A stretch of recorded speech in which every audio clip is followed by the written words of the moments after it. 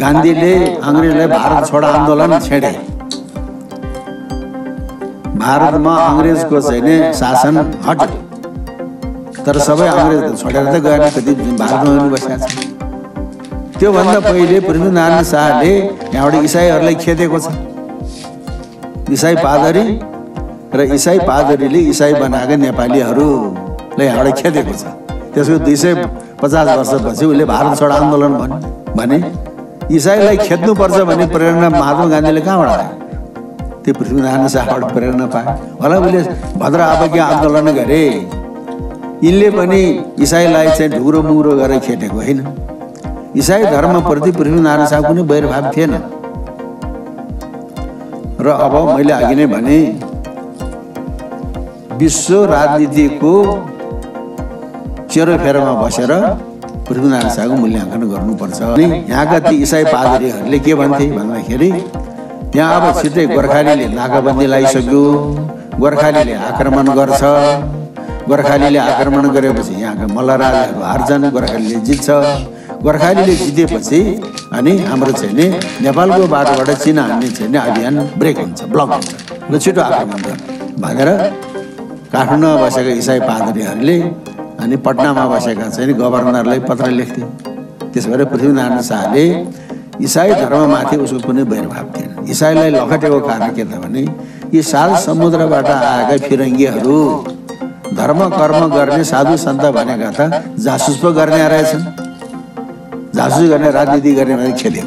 त्यसको 250 वर्षपछि गान्धीले खेल्यो, तर पुरै खेद्न सकेन। शासन त गयो तर अङ्ग्रेजले खेद्न सकेन। अझै पनि भारत अङ्ग्रेजकै गुलाममा छ। अहिले बेलायतको महारानी भारत आउनु पर्यो, पासपोर्ट चाहिँदैन उसले। दर्शकबिन तपाईँहरू सबैजना जय मेसी क्रिस्ट येशूको नाममा म थोमस बोगटी उपस्थित भइसकेको छु। तपाईँ हेर्दै हुनुहुन्छ चर्च टिभी। सुरुदेखि अन्त्यसम्म हेरेर तपाईँले हामीलाई साथ दिनुहोला। तपाईँलाई थाहा छ केही दिन अगाडि पृथ्वी जयन्ती मनाइएको थियो, जहाँ धेरै मानिसहरूले पृथ्वी जयन्तीको नाउँमा धेरै आफ्नो विचारहरू पोख्नु भएको थियो। विभिन्न मिडियाहरूमा उहाँले आफ्नो कुराहरू राख्नु भएको थियो। त्यही कुराहरूलाई लिएर आज म तपाईँको माझ केही कुरा बताउन चाहन्छु, किनकि त्यस्ता अधिकांश मानिसहरूले क्रिस्चियनिटीको विरुद्धमा अनि इसाईहरूको विरुद्धमा धेरै कुराहरू बताउनु भएको छ, जसले गर्दाखेरि नेपाली समाजमा एक प्रकारको नकारात्मक सन्देश जान सक्छ। त्यही नकारात्मक सन्देश नजाओस् भनेर एउटा सकारात्मक सन्देश ल्याउनको लागि आज मैले तपाईँको माझ यो विचार राख्न प्रयास गरिरहेको छु। सुरुदेखि अन्त्यसम्म हेरेर तपाईँले हामीलाई साथ दिनुहोला। ती सबै विचारहरू प्रकट गर्नेहरूमध्ये एकजना व्यक्ति हुनुहुन्थ्यो राष्ट्रिय प्रज्ञा प्रतिष्ठानका उपकुलपति डाक्टर जगमान गुरुङ। हिमालयन च्यानलमा उहाँले समय सन्दर्भमा बोल्दै हुनुहुन्थ्यो भूपाल लुइटेलसँग, र त्यहाँ उहाँले चाहिँ एउटा होइन धेरै कुराहरू उहाँले राख्नु भएको थियो जुन इसाईहरूलाई मान्य हुन सक्दैन। उहाँले इसाईहरूको विरुद्धमा धेरै खैरहरू खन्नु भएको थियो, जसले गर्दाखेरि समाजमा इसाईहरूको लागि एउटा नकारात्मक सन्देश मात्र होइन तर घृणा पनि त्यसले चाहिँ पैदा गर्न सक्छ। डाक्टर जगमान गुरुङलाई चाहिँ एउटा इतिहासकार र संस्कृतविद पनि भन्ने गरिएको छ, तर यहाँ के देखिन्छ भने उहाँ चाहिँ एउटा कुवाको भ्याकुता जस्तो हुनुहुन्छ र उहाँलाई विश्व इतिहास र विश्व संस्कृतिबाट उहाँ टाढा हुनुहुन्छ। उहाँले इसाईहरूको विरुद्धमा के भन्नुभयो त्यो कुराहरूलाई तपाईँको माझ राख्नुभन्दा अगाडि यो सानो क्लिप तपाईँको अगाडि राख्न चाहन्छु, अनि त्यसपछि एउटादेखि अर्को क्लिप गर्दै म तपाईँको माझमा सबै कुराको खुलासा गर्नेछु। हामी सुनौँ है त उहाँको फर्स्ट क्लिप, हेर्नुहोस्। त्योभन्दा ठुलो सांस्कृतिक क्रान्ति हिन्दू धर्म भनेको जातमा आधारित छ, जात भनेको भातमा आधारित छ। त्योभन्दा ठुलो सांस्कृतिक क्रान्ति के हुन्छ? अनि एउटा कुरो भनेको माओको क्रान्ति पनि सांस्कृतिक क्रान्ति पनि यही स्रोत यही हो, स्रोत यही हो पृथ्वीनारायण शाह नै। अब त्यसपछि पाश्चात्य मुलुकहरू मुसलमानको क्रिस्चियनको मती के हुन्छ भने कुनै जातमाथि समुदायमाथि देशमाथि जित्नु छ भने पहिले त्यसको धर्ममा छ, भाषामा छ, संस्कारमा छ, त्योमाथि शासन गर्न सकिन्छ भनेछ। तर पूर्वीय सिद्धान्त त्यो होइन। कुनै जातिमाथि समुदायमाथि शासन गर्नुपर्छ भने त्यसको संस्कृति अपनाऊ, धर्म अपनाऊ, संस्कार अपनाऊ, भाषा अपनाऊ। यहाँ डाक्टर जगमान गुरुङले एउटा कुरा बताउनु भएको छ, जुन कुराले गर्दाखेरि इसाई र मुस्लिमहरूलाई धेरै चोट पर्न सक्छ। उहाँले भन्दै हुनुहुन्छ कि पाश्चात्य संस्कृति अनुसार चाहिँ इसाई अथवा मुस्लिमहरूले अरू राष्ट्रको धर्म संस्कृतिहरूमाथि आक्रमण गरेर त्यसलाई भुलाउने प्रयास गर्नेछन् र आफ्नो साम्राज्य विस्तार गर्नेछन् भन्ने प्रकारको सन्देश उहाँले राख्नु भएको छ। अनि माओवादीलाई पनि उहाँले चाहिँ इसाईकरणसँग मुस्लिमीकरणसँग उहाँले चाहिँ दाज्नु भएको छ। तर वास्तवमा यो कुरा सत्य हुन सक्दैन, किनभने म तपाईँलाई बताउन चाहन्छु क्रिस्चियनिटी कहाँबाट सुरु भयो, यहुदी धर्म कहाँबाट सुरु भयो। येशू ख्रीष्ट जो क्रिस्चियनिटीको संस्थापक भनेर चिनिनुहुन्छ, उहाँ कहाँ जन्मिनु भयो? उहाँ मध्यपूर्वमा जन्मिनु भएको थियो, उहाँ इजरायलमा जन्मिनु भएको थियो, उहाँ बेथलेहममा जन्मिनु भएको थियो र मध्यपूर्वबाट यो धर्म अगाडि फैलिँदै गएको थियो। तब कसरी भन्न सक्नुहुन्छ डाक्टर जगमान गुरुङले कि यो एउटा पाश्चात्य धर्म हो? वास्तवमा यो पाश्चात्य धर्म होइन, तर पूर्व मध्य महादेशबाट यो फैलिँदै गएको एउटा अभियान हो, एउटा सम्बन्धको कुरा हो, एउटा संस्कृतिको कुरा हो, एउटा नयाँ विचारको कुरा हो, जसले चाहिँ संसारलाई हल्लाइदिएको छ। यसो प्रभुका चेलाहरू अनि त्यसपछि विभिन्न मिसनरीहरूलाई देखेर मानिसहरूले यिनीहरू चाहिँ संसार उलटपुलट गराउने मानिसहरू हुन् भन्नुभएको थियो। यो साँचो पनि हो र हेर्नुभयो भने नेपालमा क्रिस्चियनिटीले नेपालको संस्कृतिलाई उलटपुलट पारेको छ, संसारलाई तलमाथि पारिदिएको छ।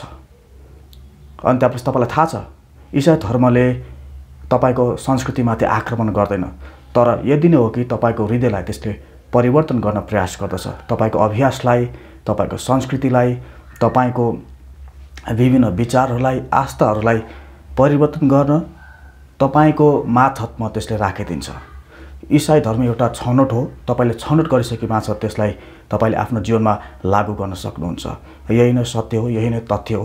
र एउटा कुरा म मान्न सक्दिनँ कि पूर्वका धर्महरू, पूर्वका शैलीहरू, संस्कृतिहरूले चाहिँ अर्काको संस्कृतिलाई जोगाउँछन् भन्ने कुरा यो साँचो होइन। र यो कुरा तपाईँ र मैले पृथ्वीनारायण शाहको जीवनबाट प्रशस्त मात्रामा पाउन सक्छौँ। उहाँले नेपाल देशमा रहेका विभिन्न जात जातिका धर्महरूलाई मास्दै जानुभएको थियो। उनीहरूले बोल्ने भाषामाथि उहाँले आक्रमण गर्नुभयो र उहाँले के गर्नुभयो, नेपाल भाषा, संस्कृत भाषा उहाँले लदाउन प्रयास गर्नुभयो। विभिन्न जातिहरूको धर्मलाई मेटाएर उहाँले हिन्दू धर्म संस्थापन गर्न थाल्नुभयो। अनि त्यसपछि त्यसले गर्दाखेरि नेपालमा अहिले धेरै समस्या आएको छ। अब हामी हेरौँ अर्को क्लिप। गान्धीले अङ्ग्रेजलाई भारत छोड आन्दोलन छेडे। भारतमा अङ्ग्रेजको चाहिँ शासन हट्यो, तर सबै अङ्ग्रेज छोडेर त गएन, कति भारतमा पनि बसेका छन्। त्योभन्दा पहिले पृथ्वीनारायण शाहले यहाँबाट इसाईहरूलाई खेदेको छ। इसाई पादरी र इसाई पादरीले इसाई बनाएका नेपालीहरूलाई यहाँबाट खेदेको छ। त्यसको 250 वर्षपछि उसले भारत छोड आन्दोलन भने इसाईलाई खेद्नुपर्छ भन्ने प्रेरणा महात्मा गान्धीले कहाँबाट आयो? त्यो पृथ्वीनारायण शाहबाट प्रेरणा पाए होला। उसले भद्र अवज्ञा आन्दोलन गरे, यिनले पनि इसाईलाई चाहिँ ढुग्रो मुग्रो गरेर खेटेको होइन। इसाई धर्मप्रति पृथ्वीनारायण शाह कुनै वैरभाव थिएन। र अब मैले अघि नै भने विश्व राजनीतिको चेरोफेरोमा बसेर पृथ्वीनारायण शाहको मूल्याङ्कन गर्नुपर्छ। यहाँ चाहिँ डाक्टर जगमान गुरुङले भन्दै हुनुहुन्छ कि सारा संसारले पृथ्वीनारायण शाहबाट सिक्नु पर्दछ। अनि उनले भनिरहेका छन्, दाबी गरिरहेका छन् कि भारतका राजनीतिक जो चाहिँ एकदम महान हुनुहुन्थ्यो गान्धीले पनि पृथ्वीनारायण शाहबाट राजनीति गर्न सिक्नु भएको भनेर उनी बताइरहेका छन्। तर इतिहासले हामीलाई त्यो बताउँदैन। करमचन्द, महात्मा गान्धीको मन त्यति बेला बदलियो जब साउथ अफ्रिकामा र विभिन्न युरोपियन देशहरूमा उहाँलाई देख्नुभयो कि उहाँको आफ्नो दाजुभाइहरू अरू अफ्रिकी जातिहरू चाहिँ हेपिएका थिए, पेलिएका थिए। धर्मको कारणले गर्दा होइन, तर व्यवसायको कारणले गर्दाखेरि, व्यापारको कारणले गर्दाखेरि, मानिसहरूको आफ्नै अशिक्षाको कारणले गर्दाखेरि मानिसहरूको दमन भइरहेको उहाँले देख्नु भएको थियो। अनि त्यसै गरी भारत पनि अमेरिकाको होइन, तर बेलायतको एउटा उपनिवेशको रूपमा स्थगित भएको थियो त्यति बेला। र तपाईँलाई थाहा छ राम्रोसँग कि इस्ट इन्डिया कम्पनीबाट बेलायतले भारतमा राम्रोसँग व्यापार र व्यवसाय गरिरहेको थियो। अनि त्यसबाट छुटकारा प्राप्त गर्नको लागि महात्मा गान्धीले भनिरहेका थिए कि अब बेलायतीहरूले, अब गोरा जातिहरूले भारत छोड्नु पर्दछ। यो भारत छोड्ने अभियान जुन महात्मा गान्धीले गराइरहनु भएको थियो त्यो चाहिँ उहाँले पृथ्वीनारायण शाहबाट सिक्नु भएको थिएन। तर उहाँ आफै एउटा शिक्षित व्यक्ति हुनुभएको कारणले गर्दाखेरि, उहाँ लयर पढ्न जानुभएको व्यक्ति हुनुभएको कारणले गर्दाखेरि उहाँलाई राम्रोसँग थाहा थियो देशमा कसरी परिवर्तन ल्याउने, अपमान हुनबाट कसरी जोगिने, आफ्नो अधिकार कसरी सुनिश्चित गर्ने, आफ्नो भारतको लागि कसरी लडाइँ गर्ने। यसरी चाहिँ महात्मा गान्धी करमचन्दले चाहिँ आफ्नो अभियान सुरु गर्नुभएको थियो। र डाक्टर जगमान गुरुङले यो कुरा बुझ्नु पर्दछ कि महात्मा गान्धीले बाइबललाई पनि त्यत्तिकै मान्यता दिन्थे जसरी उनले चाहिँ अरू हिन्दू धर्मशास्त्रलाई पनि मान्यता दिन्थे। उनले बाइबल अध्ययन गर्थे र बाइबलबाट नै प्रेरित भएर उहाँले चाहिँ यो हिंसात्मक रूपले होइन तर शान्तिपूर्वक आन्दोलन गरेर बेलायतीहरूले त्यहाँबाट चाहिँ जानको लागि उहाँले आग्रह गरिरहनु भएको थियो, उहाँले अभियान चलाइरहनु भएको थियो। उहाँ चाहिँ क्रिस्चियनिटीहरूको विरुद्धमा हुनुहुन्थेन, उहाँ चाहिँ धर्मको विरुद्धमा हुनुहुन्थेन, उहाँ चाहिँ विभिन्न संस्कृतिको विरुद्धमा हुनुहुन्थेन। तर बेलायत उपनिवेश भइसकेपछि बेलायतीहरूले जुन प्रकारले उनीहरूमाथि दमन गरिरहेको थियो त्यो दमन हटाउनको लागि चाहिँ उहाँले एक प्रकारको चाहिँ राजनैतिक अभियान चलाइरहनु भएको थियो। यो कुरा डाक्टर जगमान गुरुङले राम्रोसँग जान्नुपर्दछ र महात्मा गान्धीले कुनै पनि रूपमा पृथ्वीनारायण शाहबाट कुनै पनि कुरा सिकेको छ जस्तो मलाई लाग्दैन र इतिहासले त्यो कुरा पनि देखाउँदैन। अब हामी अर्को क्लिप हेर्नेछौँ। यहाँका ती इसाई पादरीहरूले के भन्थे भन्दाखेरि यहाँ अब छिट्टै गोर्खालीले नाकाबन्दी लगाइसक्यो, गोर्खालीले आक्रमण गर्छ, गोर्खालीले आक्रमण गरेपछि यहाँका मल्लराजहरू हार्छन्, गोर्खालीले जित्छ, गोर्खालीले जितेपछि अनि हाम्रो चाहिँ नि नेपालको बाटोबाट चिना हान्ने चाहिँ नि अभियान ब्रेक हुन्छ, ब्लक हुन्छ, ल छिटो आक्रमण गर भनेर काठमाडौँमा बसेका इसाई पादरीहरूले अनि पटनामा बसेका चाहिँ नि गभर्नरलाई पत्र लेख्थे। त्यसो भएर पृथ्वीनारायण शाहले इसाई धर्ममाथि उसको कुनै वैरभाव थिएन। इसाईलाई लखटेको कारण के त भने यी साल समुद्रबाट आएका फिरङ्गीहरू धर्म कर्म गर्ने साधु सन्त भनेका त जासुस पो गर्ने रहेछन्, जासुस गर्ने राजनीति गर्ने भनेर खेल्यो। त्यसको 250 वर्षपछि गान्धीले खेल्यो तर पुरै खेल्न सकेन। शासन त गयो तर अङ्ग्रेजले खेल्न सकेन। अझै पनि भारत अङ्ग्रेजकै गुलाममा छ। अहिले बेलायतको महारानी भारत आउनु पर्यो, पासपोर्ट चाहिँदैन उसले। यहाँ चाहिँ डाक्टर जगमान गुरुङले दाबी गरिरहनु भएको छ कि भारतबाट गान्धीले चाहिँ गोराहरूलाई बाहिर जानको लागि उहाँले चाहिँ अभियान चलाइरहनु भएको थियो र त्यसमा उहाँ सफल हुनुभयो। अन्त्यपछि उहाँले के गर्नुभयो, भारत छोड्नको लागि उनीहरूलाई चाहिँ बाध्य गराउनु भयो भन्ने कुरा उहाँले यहाँ प्रस्तुत गर्नुभएको छ। त्यसको साथसाथै उहाँले यो पनि प्रस्तुत गरिरहनु भएको छ कि विभिन्न पादरीहरू जो नेपालमा आउनुभएको थियो पृथ्वीनारायण शाहको पालामा, ती पादरीहरूलाई चाहिँ पृथ्वीनारायण शाहले देश निकाला गरे, रोके, नाकाबन्दी गरे भन्ने कुराहरू उहाँले राख्नु भएको छ। तर वास्तवमा ती पादरीहरूलाई केवल देश निकाला मात्र गरिएको थिएन, देशमा आउनबाट मात्र रोकिएको थिएन, तर कतिजना पादरीहरूको उनीले चाहिँ निर्मम हत्या पनि गर्नुभएको थियो र यो सत्य कुरा हो। अनि त्यसपछि तपाईँलाई थाहा छ कि इतिहास अनुसार चाहिँ विभिन्न त्यहाँ नेपालमा भएका इसाईहरूलाई धपाइयो पनि। अनि यहाँ जगमान गुरुङले भन्दै हुनुहुन्छ कि हाम्रो पृथ्वीनारायण शाह चाहिँ इसाईहरूलाई मन नपराउने व्यक्ति थिए तर इसाई धर्मप्रति उहाँको कुनै पनि वैरभाव थिएन भन्ने कुरा उहाँले बताउनु भएको छ। तर इतिहासले त्यो कुरा देखाउँदैन। इतिहासले के देखाउँछ भने पृथ्वीनारायण शाहले चाहिँ नेपाल देशमा हिन्दू धर्म बढाउन चाहनुहुन्थ्यो। उहाँ बौद्धलाई पनि बिर्सिरहेका थिए, बुद्धलाई पनि उहाँले नकारिरहेका थिए। उहाँले चाहिँ तीभन्दा अगाडि बनिएका गुम्बाहरूलाई पनि उनले नकारिरहनु भएको थियो र विभिन्न बुद्धिस्ट धर्महरूलाई, मुस्लिम धर्महरूलाई, विभिन्न जाति जातिका धर्महरूलाई नकारेर उहाँ सबैमाथि एक प्रकारको मात्र धर्म लाद्न चाहनुहुन्थ्यो र त्यो चाहिँ हो हिन्दू धर्म। तपाईँलाई थाहा छ पृथ्वीनारायण सायद 4-5 वटा रणनीति थियो नेपालमा एकीकरण ल्याउनको लागि। एउटा त्यो हो के हो भन्दा चाहिँ एउटै भाषा, एउटै संस्कृति, एउटै धर्म, अनि त्यसपछि एउटै देश अनि एउटै राजा, एकै प्रकारको डाइनेस्टी। यस्तो प्रकारले चाहिँ उहाँले चाहिँ नेपालमा एक प्रकारले चाहिँ एकता ल्याउन प्रयास गरिरहनु भएको थियो, जुन कुरा चाहिँ उहाँले अरू साम्राज्यका सम्राटहरूबाट उहाँले सिक्नु भएको थियो र त्यसको सिको उहाँले गरिरहनु भएको थियो। तर जब पृथ्वीनारायण शाहले चाहिँ एक प्रकारको यो साम्राज्यवादको उहाँले चाहिँ यो शासकीय पद्धति उहाँले चाहिँ नेपाल देशमा लादिरहनु भएको थियो, त्यही बखत संसारभरि युरोपले चाहिँ एउटा उपनिवेशवाद उहाँले चाहिँ उनीहरूले चाहिँ पछ्याइरहेका थिए, पालना गरिरहेका थिए। अनि त्यसपछि भारत पनि एक प्रकारको चाहिँ बेलायतको उपनिवेश थियो, त्यस्तै गरी अमेरिका पनि बेलायतको उपनिवेश थियो है। यो कुरा तपाईँ र मैले बुझ्नुपर्ने एकदमै आवश्यक छ।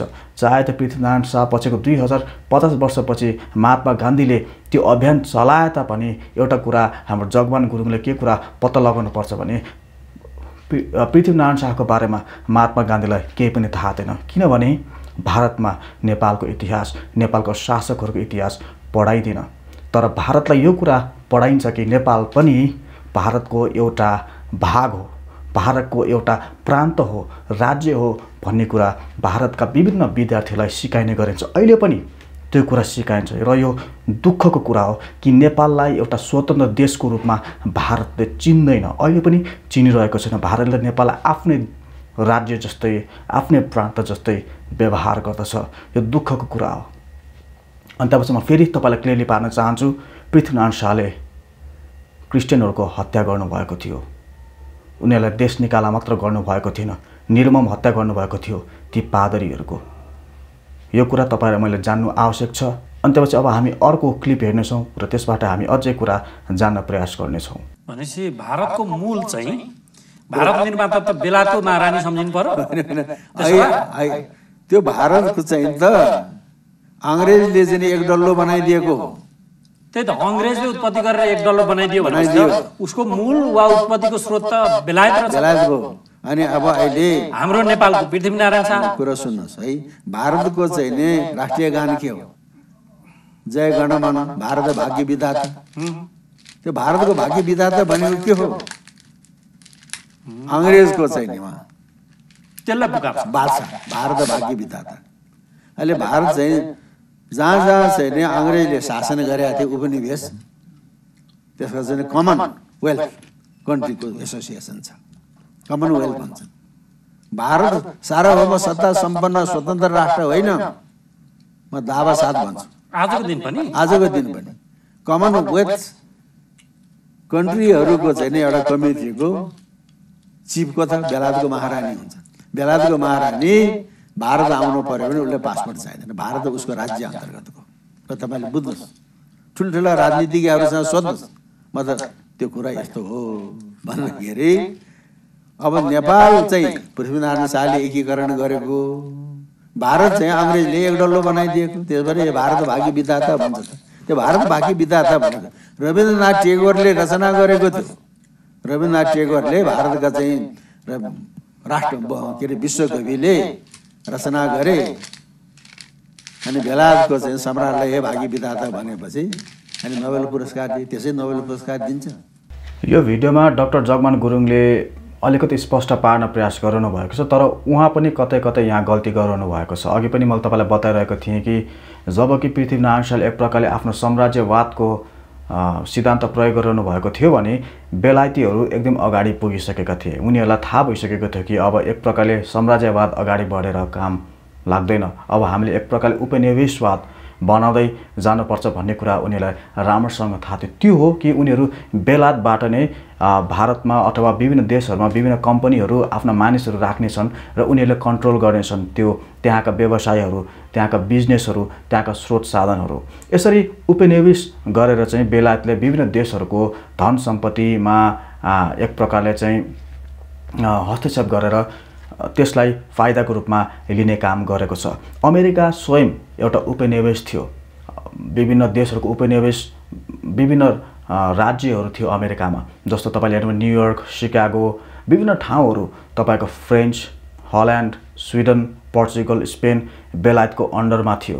र बेलायतको अन्डरमा केही राज्यहरू पर्थ्यो भने फ्रान्सको अन्डरमा केही राज्यहरू पर्थ्यो, स्पेनको अन्डरमा, पोर्चुगलको अन्डरमा, त्यस्तै गरी स्विडनको अन्डरमा केही राज्यहरू, अमेरिकाका केही ठाउँहरू उनीहरूको उपनिवेशको रूपमा काम गर्दथे। अहिले पनि तपाईँले हेर्नुभयो भने गोवामा तपाईँ जानुभयो भने भारतमा त्यहाँ चाहिँ पोर्चुगलको केही प्रकारको त्यहाँ चाहिँ प्रभाव तपाईँले पाउनुहुन्छ, किनभने पोर्चुगलले तपाईँलाई थाहा छ कि भारतको गोवा चाहिँ लिएको थियो। तपाईँलाई स्पष्ट साथ बताउन चाहन्छु, दिल्लीमा हेर्नुहोस्, बम्बेमा हेर्नुहोस्, कर्नाटकमा हेर्नुहोस्, जताततै तपाईँले एक प्रकारले चाहिँ बेलायत उपनिवेश को केही न केही प्रकारको प्रमाण तपाईँले पाउन सक्नुहुन्छ। यसरी चाहिँ बिजनेस गर्नको लागि, डिल गर्नको लागि, आफ्नो व्यवसायलाई अगाडि बढाउनको लागि एउटा प्रकारले चाहिँ त्यहाँ सिन्डिकेट बढाउनको लागि चाहिँ बेलायतले भारतलाई आफ्नो हातमा लिएको थियो र एकदम चलाकै साथ उसले आफ्नो हातमा लिएको थियो। एउटा कम्पनी खोलेर, ब्रिटिश ईस्ट इन्डिया कम्पनी खोलेर चाहिँ बेलायतले भारतलाई आफ्नो हातमा लिएको थियो र एकदमै ठुला पदहरू, ठुला बिजनेसका कामहरू गोराहरूले सम्हाल्थे भने सानातिना कामहरू भारतीयहरूले सम्हाल्थे। किनभने भारतीयहरू एकदमै अशिक्षित थिए, असक्षम थिए। सांस्कृतिक रूपमा उनीहरूलाई धेरै सुधारको आवश्यक थियो, जसरी नेपालमा पनि सुधारको आवश्यक थियो।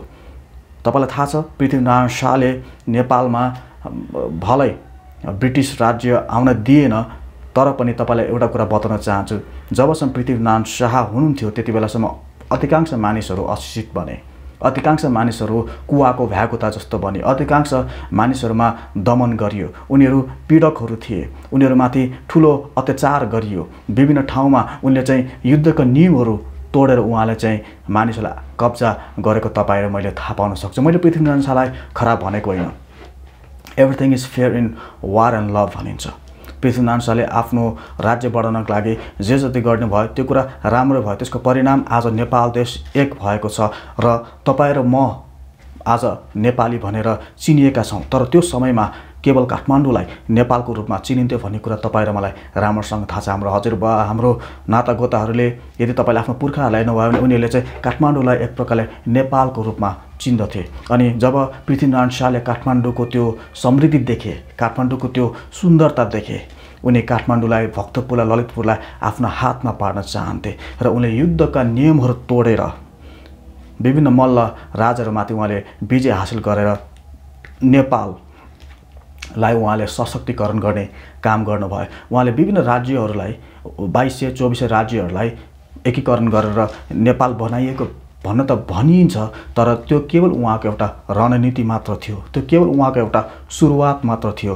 त्यो सबै कुराहरू उहाँका अरू वंशहरूले पुरा गरे, उहाँका अर्को नयाँ पुस्ताहरूले पुरा गरे। अनि त्यसपछि आज हामी नेपाली भएका छौँ। तर पनि यो कुरा सत्य होइन कि सबै कुरा महात्मा गान्धीले पृथ्वीनारायण शाहबाट सिके। जब पृथ्वीनारायण शाहले एक प्रकारले साम्राज्यवाद पालना गरिरहेका थिए त्यति नै खेर तपाईँलाई थाहा छ बेलायतीहरू, गोराहरू उपनिवेशवादतिर पुगिसकेका थिए। उनीहरू इतिहासलाई फड्को मारेर इतिहासभन्दा कैयौँ अगाडि बढिसकेका थिए। जबकि त्यही प्रकारको इतिहास नेपालमा दोहोरिरहेको थियो पृथ्वीनारायण शाहको जीवनबाट। किनकि पृथ्वीनारायण शाह एउटा योद्धा थिए, एउटा जान्ने मान्छे थिए, अनि उनको बुद्धि पनि तीव्र हुँदै गएको थियो। अनि त्यसपछि उनले एकदम चलाकै साथ उहाँले काम गर्नुभयो अनि उहाँले एकता ल्याउन प्रयास गर्नुभयो। जुन एकता अहिलेको समयमा, जुन काम अहिलेको समयमा मानिसहरूलाई सही लागिरहेको छैन, त्यो समयमा सही हुनसक्छ, तर अहिलेको समयमा त्यो सही नहुन सक्छ। तपाईँलाई थाहा छ क्रिस्टोफर कलम्बसको मूर्तिहरू अमेरिकाबाट ढालिरहेको छन् मानिसहरूले। तपाईँलाई थाहा छ यो कुरा तपाईँले राम्रोसँग बुझ्नुपर्ने हो। अहिले धेरै मानिसहरूले महात्मा गान्धीलाई पनि भारतमा नकाट्न थालेछन्, घृणा गर्न थालेका छन्। यद्यपि मानिसहरूले, विभिन्न राज्यहरूले जबरजस्ती तिनको मूर्तिहरू खडा गरे तापनि ती मूर्तिहरूलाई ढाल्ने कामहरू भइरहेको छ। अहिले गान्धी टोपीले, ढाका टोपीले तपाईँलाई मलाई एक गराउँदैन।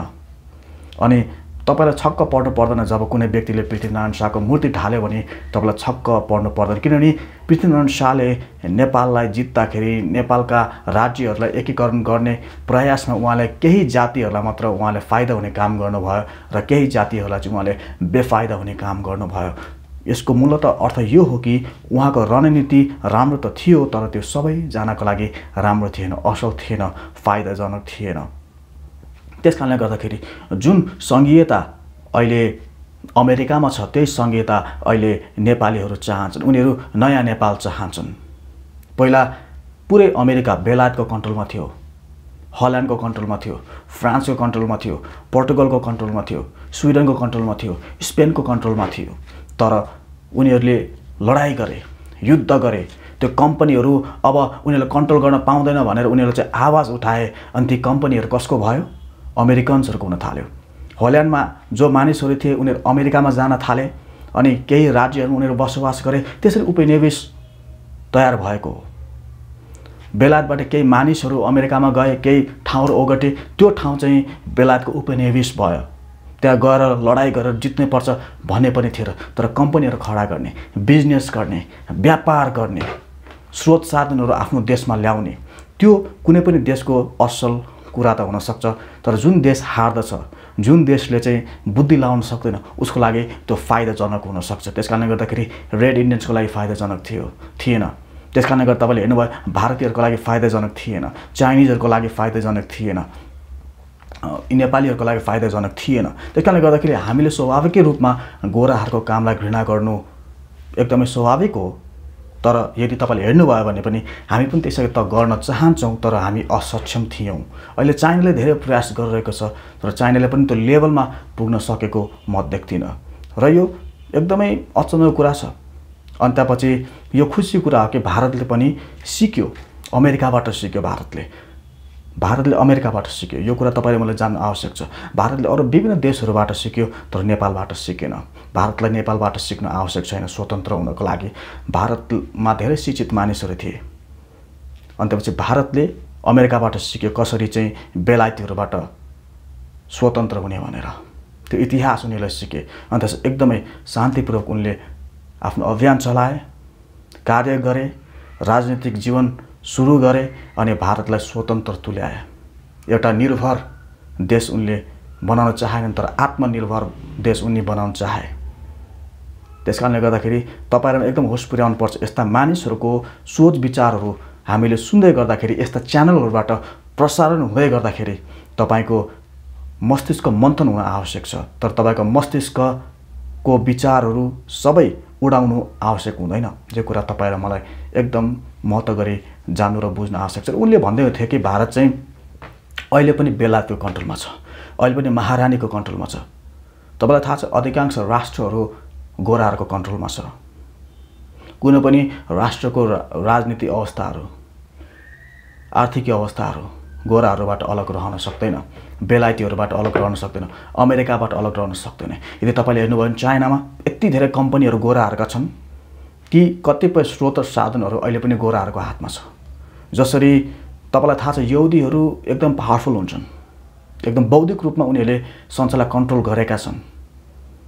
त्यसै गरी बेलायतीहरूले, अमेरिकन्सहरूले प्राविधिक रूपमा संसारलाई उनीहरूले कन्ट्रोल गरेका छन्। चाइनाबाट के नयाँ कुरा निस्केको छ र प्राविधिक रूपमा? जापानबाट प्राविधिक रूपमा के कुरा नयाँ निस्केको छ र? ती सबै कुरा त पहिला गोराहरूले बनाइसकेका थिए र त्यसलाई रिफाइन गरेर अलिक डेभलप गरेर डुप्लिकेट बनाएर होस् अथवा ओरिजिनल बनाएर होस् उनीहरूले विभिन्न संसारमा फैलाउने काम त गरेका छन्। तर त्यसको स्रोत, त्यसको सुरुवात कहाँबाट आउँदछ? गोराहरूबाट आएको तपाईँले मलाई थाहा पाएका छौँ। अहिले तपाईँको स्टार्टअप कम्पनीहरू कहाँबाट सुरु हुन्छ? इजरायलबाट सुरु हुन्छ। हतियारहरू अधिकांश कहाँ निर्माण हुन्छ? इजरायलमा सुरु हुन्छ। त्यस कारणले गर्दाखेरि तपाईँहरूमा एकदम होस पुर्याउनुपर्छ। डाक्टर जगमान गुरुङ जस्तो व्यक्तिको विचारहरू सुन्दाखेरि हामीले आफूलाई जोगाउनु पर्दछ। हामी अन्तिम क्लिप हेर्नेछौँ र त्यसको प्रतिक्रिया दिएर यो भिडियोलाई अन्त गर्नेछौँ। भन्ने भयो नि त सबै क्रिस्चियनका छौडाहरू भन्नाले अब सुन्नुहोस्, अहिले बेलायत चुपो लाएर बसेको छ। बेलायतको दारा र नङ्ग्रा खस्यो। अहिले बेलायतको सिको अमेरिकाले गरेको छ। त्यहाँ चीनलाई कताबाट घेर्ने त? चीनलाई कताबाट घेर्ने? त्यो सिको अमेरिकाले गरेको छ।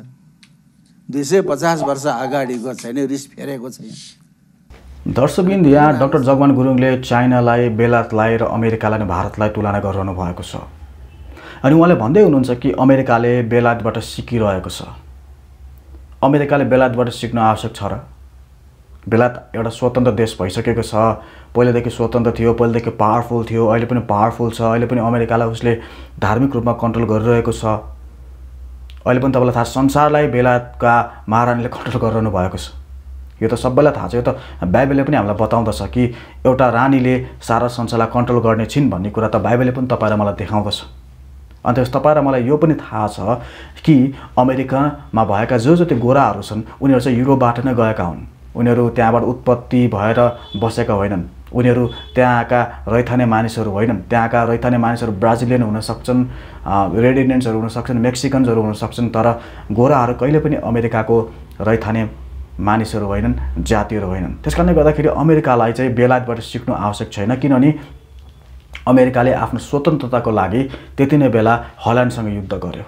त्यति नै बेला उसले चाहिँ बेलायतसँग युद्ध गर्यो, त्यति नै उसले पोर्तुगल, स्पेनसँग, स्विडेनसँग उसले युद्ध गर्यो। तर युद्ध गर्न आवश्यक पनि थिएन, किनभने सबै, चाहे त्यो पोर्तुगल होस्, चाहे त्यो होल्यान्ड होस्, चाहे त्यो स्पेन होस्, चाहे त्यो स्विडेन होस्, ती सबैलाई चाहिँ बेलायतले आफ्नो हातमा लिइसकेको थियो अनि पुरै अमेरिका बेलायतको कन्ट्रोलमा थियो। जसरी हङकङ जुन चाइनामा छ अहिले, त्यो सबै बेलायतको कन्ट्रोलमा थियो। तर पछि अब समय बित्दै गइसकेपछि अब उपनिवेशवादले पनि काम गर्ने छैन। अब खुल्ला व्यापार, अब उद्धार, अब यो एक प्रकारको पुँजीवाद अब संसारमा चाहिँ फैलाउन पर्छ भन्ने एक प्रकारको यो नियम जुन अमेरिकाबाट फैलिँदै गयो, यसले गर्दाखेरि चाहिँ अहिले यो एक प्रकारले चाहिँ विभिन्न एमएनसीहरूबाट त्यहाँ काम भइरहेको छ, आइएनजीहरूबाट काम भइरहेको छ, विभिन्न शिक्षाहरूबाट काम भइरहेको छ, विभिन्न मिडियाहरूबाट काम भइरहेको छ। अहिले अमेरिकाले नेपाल देशलाई कन्ट्रोल गर्नको लागि नेपालमा आएर यहाँ युद्ध गरिरहनु पर्दैन। अहिले इन्डियालाई कन्ट्रोल गर्नको लागि अमेरिका त्यहाँ आएर युद्ध गरिरहनु पर्दैन। उसले विभिन्न तरिकाले कन्ट्रोल गर्न सक्छ र गरि पनि रहेको छ। प्राविधिक रूपमा, तपाईको बौद्धिक रूपमा, शैक्षिक रूपमा अमेरिका धेरै अगाडि छ। र किन नेपालीहरू अमेरिकामा जान चाहन्छन्, किन भारतीयहरू अमेरिका जान चाहन्छन्, किन चाइनिजहरू अमेरिका जान चाहन्छन्, किन जापानिजहरू अमेरिका जान चाहन्छन् भन्दाखेरि चाहिँ अमेरिका यस्तो एउटा राष्ट्र हो जुन चाहिँ जसलाई चाहिँ युनाइटेड स्टेट्स अफ अमेरिका भनिन्छ। अहिले तपाईँ र मेरो लागि अमेरिका खुल्ला छ। त्यहाँ गएपछि तपाईँको आर्थिक अवस्था बढ्छ भन्ने विश्वास तपाईँ र ममा छ। धेरै कुराहरू त्यहाँबाट सिकिन्छ, बौद्धिकताको कुराहरू। जापान जो डुबेको थियो त्यसलाई फेरि माथि ल्याउनको लागि अमेरिकाले नै सहयोग गरेको थियो। चाइना अहिले जुन उसले अवैध रूपमा विभिन्न कामहरू गरेर आफ्नो आर्थिक उन्नति गर्दैछ, तर पछि कति बेला उसको आर्थिक उन्नति तल जान्छ हामीलाई थाहा छैन। तर पनि अहिले इतिहासमा अनुसार चाहिँ अहिले चाइनाको आर्थिक अवस्था धेरै अगाडि बढेको छ। त्यसको कुरा यो होइन कि अब अमेरिकाले चाइनालाई एट्याक गर्छ, त्यसको अर्थ यो होइन कि अब रसियाले चाइनालाई एट्याक गर्छ, त्यसको अर्थ यो होइन कि अब बेलायतले चाइनालाई एट्याक गर्छ। हो, चाइना एउटा कम्युनिस्ट कन्ट्री हो, नेपाल एउटा डेमोक्रेटिक, कहिले चाहिँ तपाईँको चाहिँ कम्युनिजमले नेपाललाई चलाइरहेको हुन्छ भने अब तपाईँलाई थाहा छ अमेरिका एउटा डेमोक्रेटिक कन्ट्री हो। अनि चाइनाले पनि डेमोक्रेसीको केही न केही फर्मुलाहरू, सूत्रहरू उसले प्रयोग गरेको छ। त्यसकारणले गर्दा अहिले चाइनाको कम्युनिजम पनि अहिले केही हदसम्म क्यापिटलिजमको अन्डरमा छ, पुँजीवादको अन्डरमा छ, तपाईँलाई थाहा छ डेमोक्रेसीको अन्डरमा छ है। त्यसकारणले गर्दाखेरि अहिले युद्ध भनेको हतियारको होइन, अहिले युद्ध भनेको चाहिँ गएर कसैलाई दमन गर्नु होइन, तर सिद्धान्त प्रयोग गरेर अगाडि बढ्नु हो। आफ्नो प्रोडक्टहरू, आफ्नो उत्पादनहरू संसारभरि फैलाउनु हो। अनि कसले आफ्नो उत्पादनहरू संसारभरि फैलाएको छ? तपाईँलाई आइप्याड चाहिँदैन, तपाईँलाई के मर्सिडिज बेन्ज चाहिँदैन, तपाईँलाई के विभिन्न प्रकारका यी उत्पादनहरू चाहिँदैन जुन अमेरिकाले उत्पादन गर्छ, जुन तपाईँलाई थाहा छ बेलायतले उत्पादन गर्छ, तपाईँलाई थाहा छ जुन विभिन्न अरू युरोपका कन्ट्रिजहरूले उत्पादन गर्दछ, जुन इजरायलले उत्पादन गर्दछ। त्यस्ता प्रोडक्टहरू तपाईँ चाहनुहुन्छ। लाखौँ रकमहरू मानिसले खर्च गरिरहेका हुन्छन् त्यो प्रोडक्टहरू किन्नको लागि। यसरी अहिले स्रोत साधनहरू, हाम्रो रकमहरू अहिले अमेरिकाले, बेलायतले लिइरहेको छ, भारतले लिइरहेको छ, चाइनाले लिइरहेको छ। अनि हाम्रो देशीय, हाम्रो स्थानीय उत्पादन अहिले नेपालीहरू स्वयंले किनिरहेका छैनन् र यसरी नेपालीहरूले आफूले आफूलाई बेचिरहेका छन्। यसरी आफूले आफूलाई एक प्रकारले चाहिँ दमन हुने मौका दिइरहेका छन्। हेर्नुस्, यो सत्य कुरा हो। अहिले मिडिया कसको हातमा छ? अहिले प्रोडक्टहरू कसको हातमा छ? अहिले बजार कसको हातमा छ? नेपालीहरूको हातमा त छैन। त्यसकारणले गर्दाखेरि नेपाल जहिले पनि ऋण लिएर जिइरहेको छ। यो दुःखको कुरा हो। ग्रान्टहरू लिएर नेपाल जिइरहेको छ। यसको यो ऋण कहिले तिर्ने नेपालले? यो ग्रान्टहरू कहिले तिर्ने नेपालले? नेपालले के आफूलाई बेचिरहेको छैन र? अहिले हरेक जनताको शिरमा कति ऋण थोपरेको छ जनतामा। अहिले हेर्नुभयो भने हालसालै सुनेको छु कि 30 देखि 35 हजार हरेक जनतामाथि केही न केही प्रकारको ऋणहरू लागेको छ भन्ने कुरा मैले सुनिसकेको छु। त्यसकारणले गर्दाखेरि नेपाल देश एउटा ऋणमा बाँचेको देश हो। भलै अमेरिका पनि ऋणमा बाँचिरहेको छ। अहिले चाइना एक प्रकारले सारा संसारलाई ऋण दिने देश त बनेको छ, तर कति बेला उसको आर्थिक अवस्था तल जान्छ हामीलाई थाहा छैन। अहिले कोरोना फैलिएको छ। कोरोनाको औषधि के नेपालले बनाइरहेको छ? छैन। कसले बनाउँछ? चाइनाले बनाउँछ, अमेरिकाले बनाउँछ, भारतले बनाउँछ। कोरोनाको डिजाइन कसले गर्यो? के नेपालले गरेन भनेपछि नेपाल धेरै पछि परिसकेको छ। त्यस कारणले गर्दाखेरि अहिले हामी त्यो पुराना कुराहरू बिर्सेर अब अहिले के भइरहेको छ त्यसमा तपाईँले मैले कन्सन्ट्रेट गर्नु आवश्यक छ। अनि इसाईहरूलाई मात्र दोष दिनु राम्रो होइन, इसाईकरणलाई दोष दिनु राम्रो होइन, इसाईहरूलाई गाली उनीहरूलाई सताउनु राम्रो होइन। अहिले तपाईँलाई थाहा छ मानव अधिकार एकदम महत्त्वपूर्ण छ, स्वतन्त्रता एकदम महत्त्वपूर्ण छ। म आफैले धर्म छान्न सक्छु, म आफैले म कति पढ्न सक्छु भनेर आफूलाई रोज्न सक्छु। त्यस कारणले गर्दाखेरि तपाईँले आफूलाई नियन्त्रण गर्नुहोस् र डाक्टर जगवान गुरुङ जस्तो व्यक्तिहरूबाट तपाईँ जोगिनुहोस्, जो चाहिँ कुवाको भ्यागुता हो, जसलाई चाहिँ केवल नेपालको भारतको इतिहास राम्रोसँग थाहा छ, संस्कृति राम्रोसँग थाहा छ, तर संसारको संस्कृति उसलाई राम्रोसँग थाहा छैन। त्यस्ता मानिसबाट जोगिनुहोस्। उनी एउटा यस्तो व्यक्ति हुन् जो कुवा हुन्, उनी एउटा यस्तो व्यक्ति हुन् जो पोखरी हुन्, उनी खोला पनि बन्न सकेका छैनन्।